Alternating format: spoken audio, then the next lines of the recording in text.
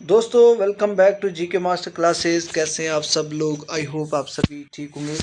तो दोस्तों आज आपके लिए बहुत ख़ास सेशन होने वाला है, क्योंकि हम इसमें बात करेंगे इंडियन हिस्ट्री की, इंडियन मॉडर्न हिस्ट्री की, जिसमें बहुत सारे एमसीक्यूज़, ऑलमोस्ट 30+ एमसीक्यूज़, इससे भी शायद ज़्यादा एमसीक्यूज़ रखे हैं। जो आपकी नेशनलिस्ट मोमेंट है, जो फ्रीडम स्ट्रगल है इंडिया की, इस पे एमसीक्यूज़ आप कोई भी एग्ज़ाम अगर दे रहे हैं, आपका फीमेल सुपरवाइज़र है, पटवारी है, जेकेपीएसआई है, या जेकेपीएससी का कोई एग्ज़ाम है, या एसएससी का, इवन आप एसएससी का अगर एग्ज़ाम देते हैं, तो यहाँ से क्वेश्चन डेफिनेटली जो है 3-4 एमसीक्यूज़ आपको हर एग्ज़ाम में देखने को मिलता है।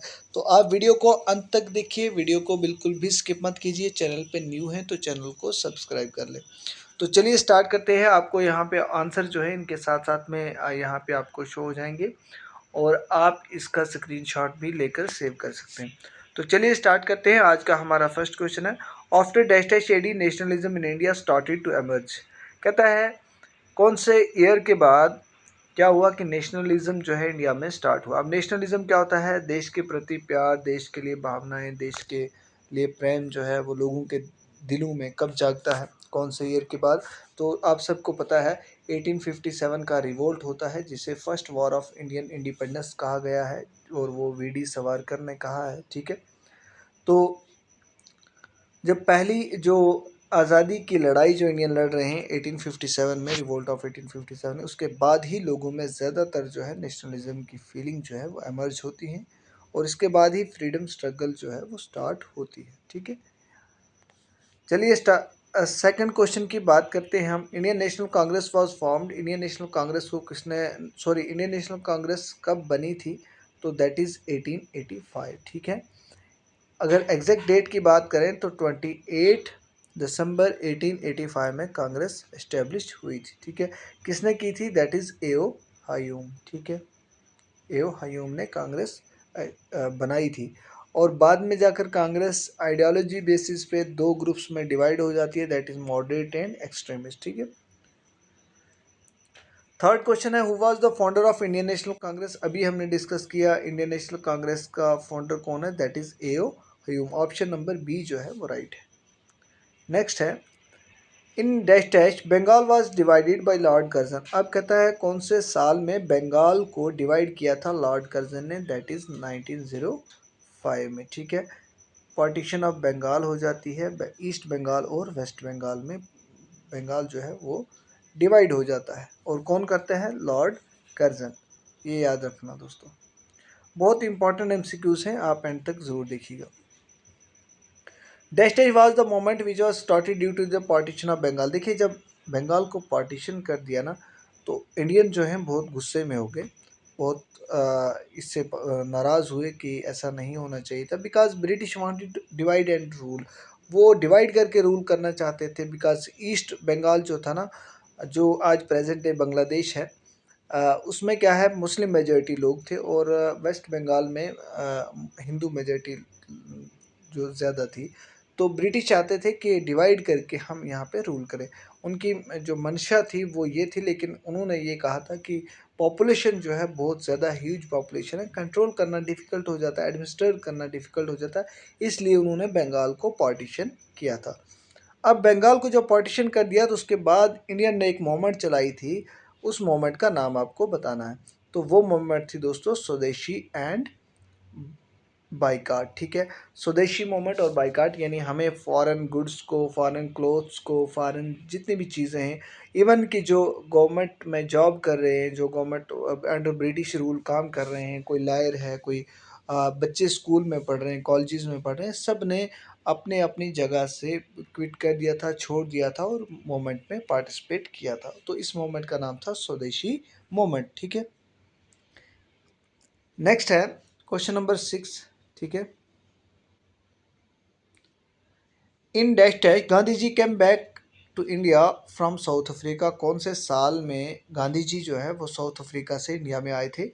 तो गांधी जो है वो 1915 से 1915 एडी में कहाँ से, साउथ अफ्रीका से इंडिया में आए थे। इससे पहले ये कहाँ पे, साउथ अफ्रीका में भी जो रेशल डिस्क्रिमिनेशन हो रही थी ब्लैक एंड वाइट के बीच में, इंडियन को सताया जा रहा था, अधिकार नहीं दिए जाते थे इंडियन को, तो वहाँ पे ये लड़ाई जो है वो लड़ रहे थे। ठीक है, तो उसके बाद ये इंडिया में आ जाते हैं।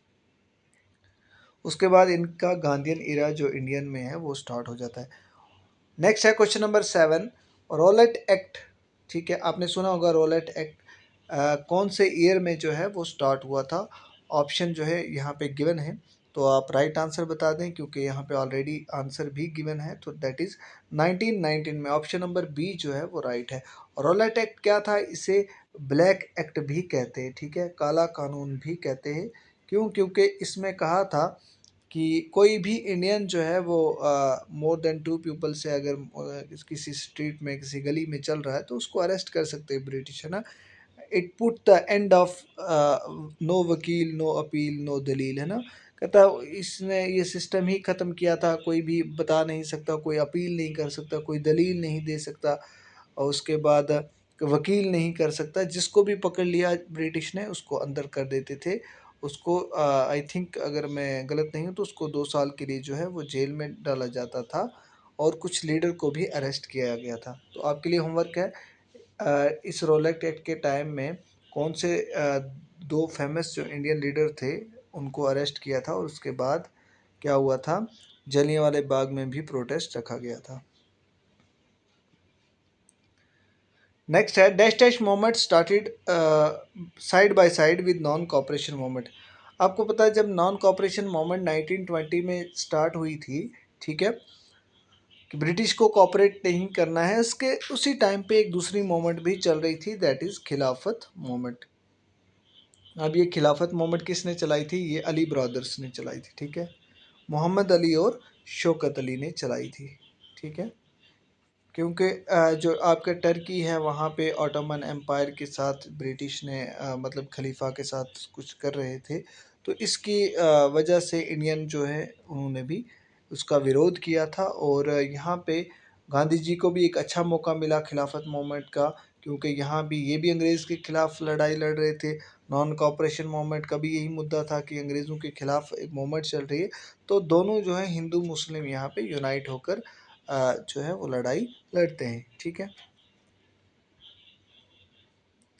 नेक्स्ट है दोस्तों, कैबिनेट मिशन प्लान जो है इंडिया में कब आता है। मोस्ट इंपॉर्टेंट क्वेश्चन है दोस्तों, ये आप एंड तक ज़रूर देखिएगा, बहुत बेनिफिट आपको होगा। ठीक है, कैबिनेट मिशन प्लान इंडिया में कब आता है, मार्च 1946 में इंडिया में अराइवल करता है। ठीक है, नेक्स्ट है when did Gandhi ji decided to launch nationwide satyagraha against the propose Rowlatt act.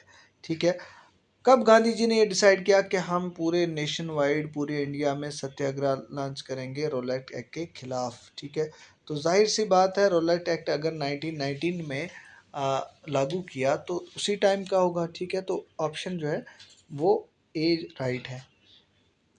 Next है 29 question, Gandhi ji went dash dash in 1960 to inspire the peasant to struggle the oppressive plantation system. ठीक है, plantation के जो पीजेंट्स थे जिनको oppress किया जा रहा था वो अपनी लड़ाई लड़ रहे थे, और गांधी जी भी उनके पास गए थे 1960 में। तो कहाँ पे गए थे आपको पता होना चाहिए, ये चंपारण, ये ऑलरेडी हमने चंपारण खेड़ा सत्याग्रह, चंपारण सत्याग्रह, ये सारी चीज़ें हमने पढ़ी हुई हैं। आप हिस्ट्री की प्लेलिस्ट में, चैनल की प्लेलिस्ट जो है हिस्ट्री सेक्शन में आप ज़रूर जाइएगा, वहाँ पे देखिए आपको हिस्ट्री के प्रीवियस ईयर एमसीक्यूज़ और उनके साथ डिटेल डिस्कशन जो है वो हमने की हुई है, आप ज़रूर विज़िट करें एक बार, और वो PYQs हैं मोस्टली।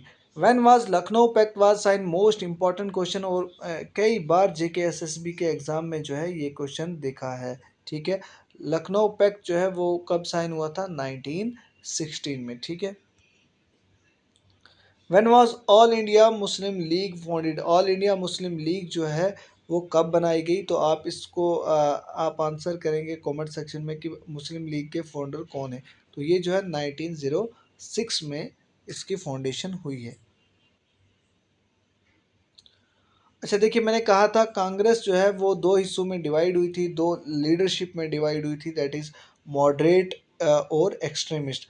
लेकिन यहाँ पे पूछा है कि मॉडरेट लोगों का जो टाइम पीरियड था वो कब से कब तक रहा, तो जब कांग्रेस बनी थी 1885 से 905 तक जो है क्या रहा, कांग्रेस मॉडरेट के कंट्रोल में रही। मॉडरेट्स लीडर में जिसमें दादा भाई नेहरू जी थे और डिफरेंट लीडर्स और भी थे।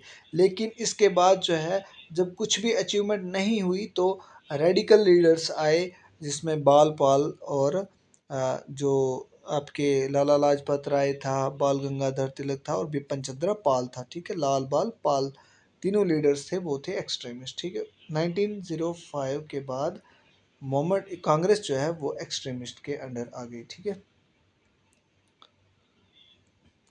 Who gave the slogan freedom is my birth right and I shall have it.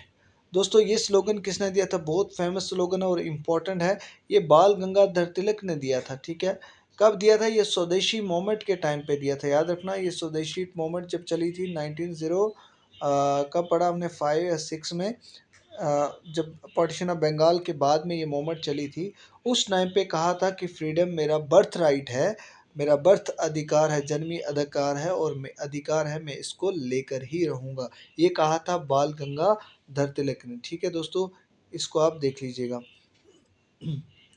अब क्या होता है ना दोस्तों, जब कांग्रेस बनी तो कांग्रेस का हर साल प्रेसिडेंट एक अपॉइंट किया जाता, हर सेशन में, जहाँ जहाँ सेशन, हर साल कांग्रेस का सेशन होता था और डिफरेंट वेन्यूज़ पे किया जाता था, अलग अलग जगहों पे किया जाता था और हर साल प्रेसिडेंट चेंज होते थे। यहाँ पे पूछा है who was the first Indian president, India who was the first president of Indian National Congress, INC के पहले प्रेसिडेंट कौन थे। बहुत बेसिक है दोस्तों, दैट इज़ उमेश चंद्र बनर्जी, या इन्हें डब्ल्यू सी बनर्जी भी कहते हैं। ठीक है, याद रखना, डब्ल्यू सी बनर्जी। नेक्स्ट है 23, who introduce Ilbert bill to give equal status to Indian जजेस एज कम्पेयर टू यूरोपियन जज। आज यहाँ पे ना थोड़ी सी डिस्क्रिमिनेशन हो रही थी इंडियन जजेस के साथ। अब एक बिल लाया जाता है, इल्बर्ट बिल, और ये क्या करता है, बराबर का अधिकार देता है इंडियन जजेस को भी और यूरोपियन जजेस। जितना यूरोपियन जजेस को अधिकार है कोई भी सुनवाई करने की, उतनी ही इंडियन जजेस को मिलनी चाहिए। ये किसने लाया था, तो दोस्तों ये लाया था लॉर्ड रिपन ने। ठीक है, याद रखना, लॉर्ड रिपन। बहुत इंपॉर्टेंट एमसीक्यूज हैं दोस्तों, आप एंड तक जरूर देखिएगा। नेक्स्ट है, which act was pass to silence the critics of British government. कौन सा एक्ट पास किया था ताकि ब्रिटिश गवर्नमेंट के जो क्रिटिक्स है, जो उनको क्रिटिसाइज करते हैं, उनको शांति से बिठाए रखें, यानी वो क्रिटिसाइज ना कर पाए, तो that is vernacular press act. Vernacular press act दोस्तों ये लॉर्ड लिटन के टाइम में पास हुआ था, लॉर्ड लिटन के टाइम में, ये याद रखना दोस्तों।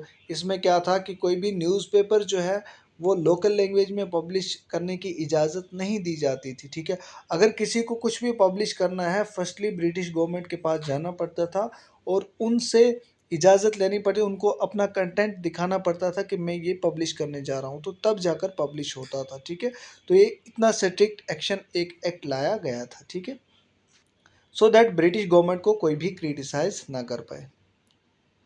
नेक्स्ट है दोस्तों, व्हेन वाज आर्म्स एक्ट पास। ठीक है, आर्म्स दोस्तों यहाँ पे जो आर्म्स एंड एम्यूनिशन, हथियार वगैरह होते हैं, तो ये कब ये एक्ट कब पास किया गया, 1878। When did Muslim league demanded Pakistan, Muslim league ने कब डिमांड की थी पाकिस्तान की। मोस्ट इंपॉर्टेंट क्वेश्चन, ये क्वेश्चन ऑलरेडी पूछा हुआ, दैट इज 1940 में दोस्तों। ठीक है, who started quit India movement, Bharat छोड़ो का आंदोलन या मूवमेंट जो है वो किसने स्टार्ट की थी, बहुत फेमस है, दैट इज महात्मा गांधी ने। कौन से ईयर में की थी, 1942 में, ये भी याद रखना। कौन सा स्लोगन इस मूवमेंट के टाइम पे पॉपुलर हुआ था, दैट इज डू और डाई। ठीक है, डू और डाई, मरो या करो या मरो। ठीक है, नेक्स्ट है, civil disobedience movement ended in, civil disobedience movement जो है दोस्तों कब खत्म हुई, 1934 में, और स्टार्ट कब हुई थी, ऑलमोस्ट 1927-28 में ये मूवमेंट जो है वो स्टार्ट हो गई थी। Second phase civil disobedience movement का स्टार्ट कब हुआ था दोस्तों, 1932 में। फर्स्ट फेज जो है वो स्टार्ट कब हुआ, 1930 में, यहाँ पे स्टार्ट हुआ था सिविल डिसोबीडेंस मूवमेंट का। नेक्स्ट है Gandhi ji march to dash dash and broke salt. Gandhi ji कहाँ गए थे? जो नमक पे टैक्स लगाया था, जो नमक पे एक कानून लाया था, उस कानून को तोड़ने के लिए कहाँ पे गए थे? ये डांडी से निकले थे, ठीक है, साबरमती से डांडी तक गए थे, ठीक है दोस्तों। क्योंकि ब्रिटिश ने क्या किया था, नमक पे सॉल्ट पे टैक्स लगा दिया था, और सॉल्ट एक ऐसी चीज़ गांधी जी ने चूज़ की प्रोटेस्ट करने के लिए, ताकि क्योंकि ये सब लोगों के लिए कॉमन रहता है और सबको इसकी ज़रूरत होती है, और ये इसमें सक्सेसफुल भी रहे थे। इंडियन नेशनल कांग्रेस इन 1929 सेशन जो हुआ था लाहौर में, decided to celebrate dash day as independence day. कौन से दिन के लिए यहाँ पे डिसाइड हुआ था कि हम आज़ादी का दिवस जो है वो दिवस मनाएंगे, या दिन जो है वो मनाएंगे, सेलिब्रेट करेंगे, दैट इज़ 26 जनवरी को, ठीक है। नेक्स्ट है in dash session Congress past a resolution demanded पूर्ण स्वराज। पूर्ण स्वराज होता है दोस्तों कंप्लीट इंडिपेंडेंस। कौन से सेशन में कांग्रेस ने पूर्ण स्वराज, यानी हमें कंप्लीट डोमिनियन स्टेटस नहीं चाहिए, हमें कंप्लीट इंडिपेंडेंस चाहिए, ये कांग्रेस ने डिमांड की थी? और कौन से सेशन में? मैंने कहा कांग्रेस हर साल अपना सेशन जो है वो करती थी, तो ये लाहौर सेशन में ये बात हुई थी कि हमें जो है कंप्लीट इंडिपेंडेंस चाहिए। नेक्स्ट है दोस्तों डैश डैश फाउंडेड नौजवान सभा इन 1925 टू 1926। नौजवान सभा जो है मोस्ट इंपॉर्टेंट क्वेश्चन है, ये किसने फाउंड की थी? दैट इज भगत सिंह ने, ठीक है। नॉन कॉपरेशन मूवमेंट जो है कॉल्ड ऑफ की थी, कहाँ पे वायलेंस हुई थी? यूपी में, ठीक है। तो दोस्तों यहाँ पे आपको बहुत सारी चीज़ों का पता चल जाएगा। जो non cooperation movement Gandhi ji ने स्टार्ट की थी, वो चौराई चौरा इंसिडेंट्स में जाकर कॉल्ड ऑफ कर देते गांधी जी, क्योंकि यहाँ पे जो मॉब्स होते हैं, जो प्रोटेस्टर होते हैं, वो पुलिस चौकी पे अटैक कर देते हो, और कहा जाता है कि 22 police man were killed there and the Gandhi ji withdraw the non cooperation movement. Gandhi ji ने वहाँ पे नॉन कॉपरेशन मूवमेंट को जो है विड्रॉ कर दिया, ख़त्म कर दिया। और कहते हैं कि अगर गांधी जी ने उस टाइम पे ये मूवमेंट स्टॉप नहीं की होती, हो सकता है देश को बहुत पहले आज़ादी जो है वो मिल जाती। बहुत सारे लोगों ने, बहुत सारे हिस्टोरियन ने इनको क्रिटिसाइज भी किया, क्योंकि large number of masses were participated during that time in this movement, that is non cooperation movement. इस टाइम पे बहुत सारे लोगों ने बहुत सारे ऑल ओवर इंडिया में पार्टिसिपेशन हुई थी इस मूवमेंट में, ठीक है। तो बहुत बड़ी मूवमेंट थी नॉन कॉपरेशन मूवमेंट। नेक्स्ट है Gandhi ji started dash time movement in 1922। अभी हमने पढ़ा 1922 में गांधी जी ने कौन सी मूवमेंट स्टार्ट की थी? That is non cooperation movement.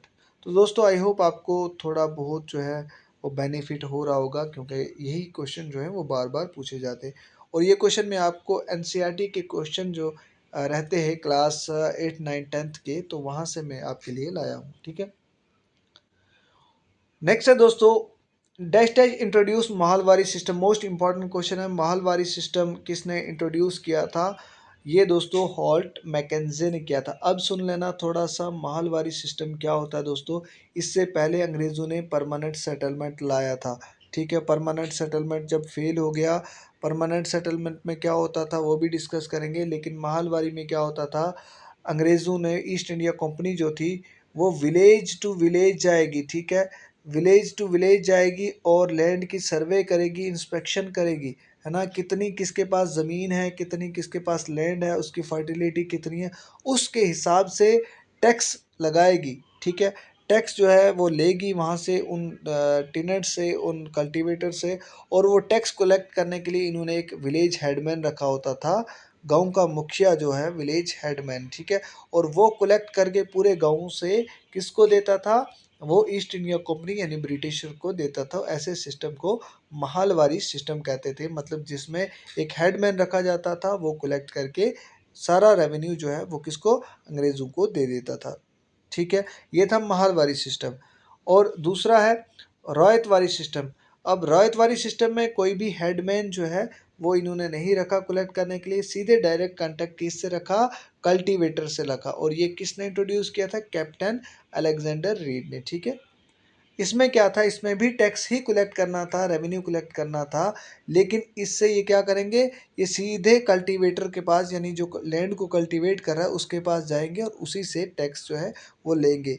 उसको अगर कोई फर्टिलिटी के लिए कुछ चाहिए तो वो भी ब्रिटिश प्रोवाइड करेंगे। इसमें कोई बीच में इंटरमीडियरीज जो है वो नहीं रखे, इंटरमीडिएट पर्सन जो है वो नहीं रखा, डायरेक्ट रॉयत से कंटेक्ट हो। रॉयत मीन्स होता है दोस्तों कल्टीवेटर्स, ठीक है, रॉयत मीन्स कल्टीवेटर। तो ये चीज़ें याद रखना, बहुत इंपॉर्टेंट सिस्टम थे ये। एक परमानेंट सेटलमेंट, एक रॉयत वाली, महालवारी, ठीक है। परमानेंट सेटलमेंट की भी हम बात करेंगे।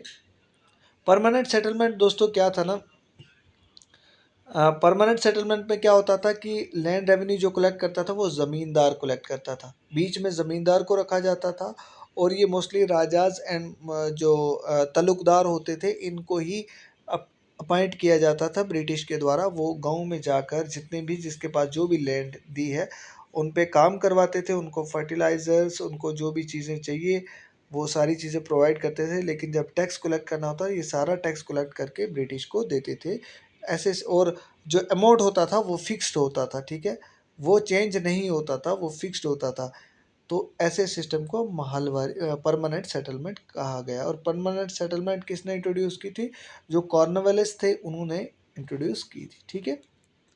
तो ये कुछ इंपॉर्टेंट क्वेश्चन थे। ये देखिए दोस्तों, चंपारण मूवमेंट जो है वो किसके खिलाफ थी, दैट इज़ इंडिगो प्लांटर्स के खिलाफ। क्योंकि इसमें फार्मर, किसान को, कल्टीवेटर को मजबूर किया जाता था कि वो इंडिगो की खेतीबाड़ी करे। इससे क्या होता था, किसानों की लैंड की फर्टिलिटी बहुत कम हो जाती थी और ब्रिटिश चाहते थे सिर्फ अपना प्रॉफिट मैक्सिमाइजेशन, ठीक है। रॉयट्स किसको कहते दोस्तों, अभी हमने बात की, रॉयट्स जो है वो कल्टीवेटर्स को कहते थे। अच्छा, ब्रिटिश इंडिया में क्या करने आए थे, British just as a trader आए थे, ठीक है। And with the passage of time they started to conquer India, whole India. उन्होंने डिफरेंट पॉलिसीज लाई, like doctrine of lapse, like subsidiary alliance, ऐसी ऐसी पॉलिसीज जो लाई। और उसके बाद क्या करना स्टार्ट कर दिया, ऑलमोस्ट जब 1856 तक whole of India were conquered by the British, ठीक है। 1856 तक पूरा भारत जो है वो ऑलमोस्ट कब्जा कर लिया था अंग्रेज़ों ने। लेकिन जस्ट पहले क्या आए, ये ट्रेड करने आए थे, लाइक स्पाइसेस की ट्रेड करने आए थे, कॉटन की ट्रेड करने आए थे। तो बाद में ये इनकी मंशा चेंज हो गई, इनके इरादे बदल गए और हमारे भारत को, जिसे गोल्डन स्पैरो कहते हैं, उस पे कंट्रोल जो है इन्होंने कर लिया।